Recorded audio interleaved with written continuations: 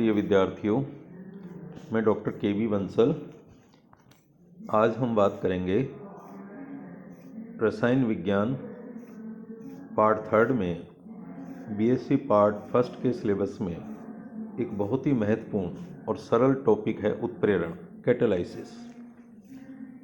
इसके बारे में आपने छोटी क्लास में भी पढ़ा है, लेकिन हम यहाँ इसको विस्तृत रूप से अध्ययन करेंगे। तो सबसे पहले हम जानते हैं कि कैटलिस्ट क्या होता है, उत्प्रेरक क्या होता है। तो देखिए, इसके बारे में सर्वप्रथम 1835 में बर्जीलियस नाम के वैज्ञानिक ने बताया। हम पहले परिभाषित करें कि कैटलिस्ट होता क्या है वास्तव में। तो हम ये कहेंगे कि वह पदार्थ जो रासायनिक अभिक्रिया के वेग में परिवर्तन कर देता है और स्वयं अपरिवर्तित रहता है, अर्थात उसमें कोई परिवर्तन नहीं होगा, उसे उत्प्रेरक कहते हैं। और इस प्रक्रिया को या इस प्रक्रम को उत्प्रेरण कहा जाता है, कैटालाइसिस। अब यहाँ ध्यान देने योग्य बात यह है कि वेग में परिवर्तन कर देता है। इसका अर्थ हुआ कि वेग बढ़ा भी सकता है, वेग घटा भी सकता है। लेकिन सामान्यतः हम जानते हैं कि जब उत्प्रेरक शब्द का इस्तेमाल करेंगे तो वेग बढ़ाने की बात करेंगे, क्योंकि हम आगे पढ़ने जा रहे हैं कि उत्प्रेरक एक नकारात्मक भी होता है, उसको संदमक कहा जाता है, इनहिबिटर। क्या कहा जाता है? इनहिबिटर। तो यहाँ पहले हम जनरल बात करें तो इसमें ये कहा जाएगा कि उत्प्रेरक अभिक्रिया का वेग में परिवर्तन करेगा। ओके, तो देखिए उदाहरण हमारे पास है KClO3, पोटेशियम क्लोरेट। इसको गर्म करते हैं तो पोटेशियम क्लोराइड और ऑक्सीजन मिलती है। अब यहाँ पर एक उत्प्रेरक काम आ रहा है MnO2, मैंगनीज डाई ऑक्साइड। ये 340 डिग्री सेंटीग्रेड पर अभिक्रिया हो रही है।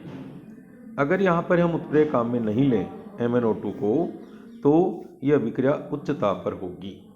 इट मीन्स, इसका अर्थ हुआ कि MnO2 यहाँ उत्प्रेरक का कार्य कर रहा है, अर्थात अभिक्रिया के वेग को बढ़ा रहा है। ठीक है भाई।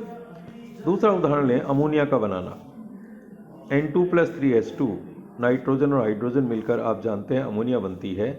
इसमें आयरन उत्प्रेरक का कार्य करता है। किसका काम करता है? उत्प्रेरक। अब हम बात करें उत्प्रेरण अभिक्रियाओं के लक्षण, कैरेक्टरिस्टिक्स ऑफ कैटालाइज्ड रिएक्शंस, कि वह अभिक्रियाएं जो उत्प्रेरक द्वारा होती हैं उनके क्या लक्षण हैं, उनके क्या गुण हैं।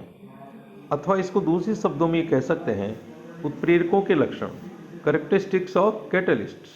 ओके, इनको हम उत्प्रेरकों की सीमाएं भी कह सकते हैं, लिमिटेशंस ऑफ कैटलिस्ट, कि उत्प्रेरक की क्या सीमा होती है। तो ये देखिए, यहाँ पर हमारे पास 5-6 बिंदु हैं जिनसे हम ये समझ सकते हैं कि उत्प्रेरकों के क्या लक्षण हैं। सबसे पहली बात, उत्प्रेरक की मात्रा तथा उसका रासायनिक संगठन अपरिवर्तित रहता है। क्या मतलब हुआ कि उत्प्रेरक जब किसी अभिक्रिया को उत्प्रेरित करेगा तो न तो उसका रासायनिक संगठन बदलेगा, न उसकी मात्रा बदलेगी। हाँ, यहाँ पर ये ध्यान रखना कि भौतिक रूप में परिवर्तन हो सकता है। किसके भौतिक रूप में? उत्प्रेरक। फॉर एग्जाम्पल, पोटेशियम क्लोरेट की बात करें तो उसमें MnO2 उत्प्रेरक है। इस अभिक्रिया में प्रारंभ में MnO2 दानेदार होता है, लेकिन अभिक्रिया के पश्चात ये पाउडर के रूप में परिवर्तित हो जाता है। इट मीन्स, इसकी भौतिक अवस्था में थोड़ा परिवर्तन आ गया, लेकिन न तो इसका रासायनिक संगठन बदला, न उत्प्रेरक की मात्रा में कोई परिवर्तन हुआ। ठीक है भाई। नंबर 2, उत्प्रेरक की अल्प मात्रा ही पर्याप्त होती है। क्या मतलब हुआ कि अभिक्रिया के लिए उत्प्रेरक की बहुत कम मात्रा आवश्यक होती है। फॉर एग्जाम्पल, H2O2 द्वारा HI का ऑक्सीकरण होता है। H2O2 द्वारा HI का ऑक्सीकरण, इट मीन्स H2O2 यहाँ उत्प्रेरक है। तो यहाँ पर एक मोलिबिडिक एसिड काम आता है उत्प्रेरक। क्या काम आता है? मोलिबिडिक एसिड। तो उसकी मात्रा दी गई है 10⁻⁴ ग्राम। इट मीन्स 10⁻⁴ ग्राम से ही उत्प्रेरण संभव हो जाता है, जो कि बहुत ही कम है। लेकिन इस बात के कुछ अपवाद भी हैं बच्चों। जैसे फ्रीडेल क्राफ्ट अभिक्रिया की बात करें, जो कि बहुत महत्वपूर्ण, आप ऑर्गेनिक केमिस्ट्री में पढ़ते हैं, तो यहाँ पर निर्जल AlCl3 उत्प्रेरक का काम करता है। तो बेंजीन की मात्रा का लगभग 30% उत्प्रेरक चाहिए। कितना? लगभग 30%। तब जाके हम कहते हैं कि उत्प्रेरण हो पाएगा। इट मीन्स यहाँ काफ़ी मात्रा में उत्प्रेरक चाहिए। इसी प्रकार समांगी उत्प्रेरण होमोजीनस कैटालाइसिस में आगे पढ़ेंगे हम। अभिक्रिया की दर उत्प्रेरक की सांद्रता के समानुपाती होती है। क्या मतलब हुआ कि उत्प्रेरक की सांद्रता बढ़ाओगे तो रेट ऑफ रिएक्शन बढ़ेगी।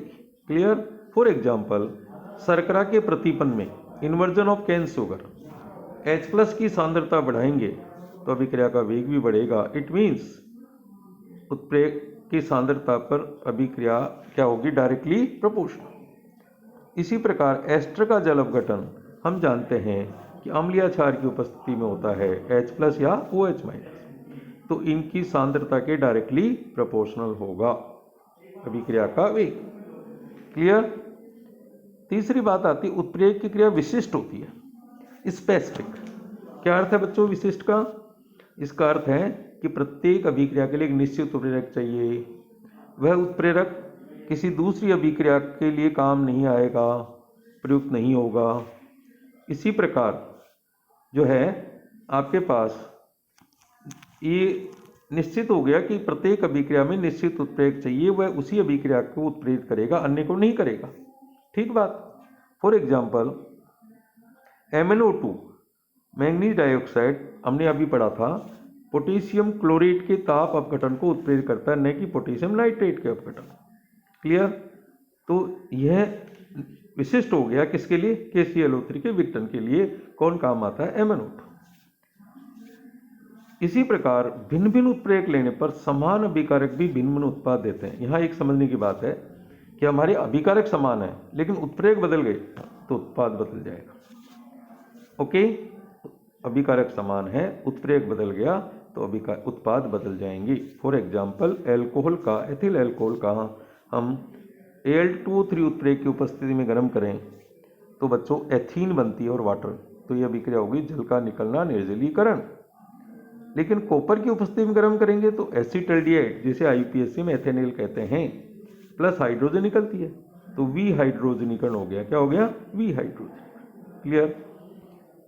इसी प्रकार फार्मिक अम्ल को Al2O3 या TiO2 की उपस्थिति में गर्म करें तो वाटर प्लस कार्बन मोनोऑक्साइड बनती है, लेकिन हम कॉपर या जिंक ऑक्साइड की उपस्थिति में गर्म करें तो हाइड्रोजन तथा CO2 बनती है। क्लियर। नेक्स्ट पॉइंट आता है उत्प्रेरक अभिक्रिया को प्रारंभ नहीं करता। क्या मतलब, इससे अभिक्रिया प्रारंभ नहीं होती। उत्प्रेरक अभिक्रिया के वेग को तो बढ़ा सकता है लेकिन अभिक्रिया को स्टार्ट नहीं करेगा। और उत्प्रेरक के बारे में हम आगे चर्चा करेंगे। यह अभिक्रिया को कम ऊर्जा का मार्ग प्रदान करता है। क्या करता है, कम ऊर्जा का मार्ग प्रदान। फिर हम बात करते हैं अनुकूलतम तापमान, ऑप्टिमम टेम्परेचर। तो प्रत्येक उत्प्रेरक के लिए एक निश्चित तापमान होता है जिस पर उसकी उत्प्रेरण क्रिया अधिकतम होती है। प्रत्येक अभिक्रिया के लिए एक निश्चित तापमान होता है जिस पर उत्प्रेरण की क्रिया अधिकतम होती है, उसे क्या कहते हैं, अनुकूलतम तापमान। अगर इससे ज़्यादा ताप ले लेंगे तो उत्प्रेरक की भौतिक अवस्था बदल जाएगी। क्या होगा, उत्प्रेरक की भौतिक अवस्था बदल जाएगी जिससे उसकी क्रियाशीलता कम हो जाती है। क्लियर।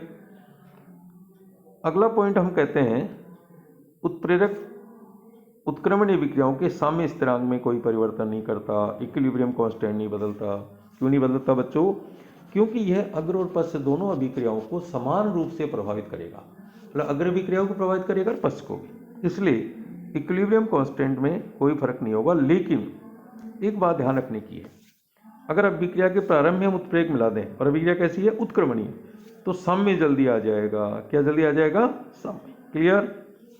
और एक लास्ट पॉइंट हम कहें कि उत्प्रेरक द्वारा डेल्टा G मुक्त ऊर्जा परिवर्तन, डेल्टा H एंथैल्पी परिवर्तन और डेल्टा S एंट्रोपी परिवर्तन में कोई फर्क नहीं पड़ेगा, मीन्स अपरिवर्तित रहेगी। Okay, thank you.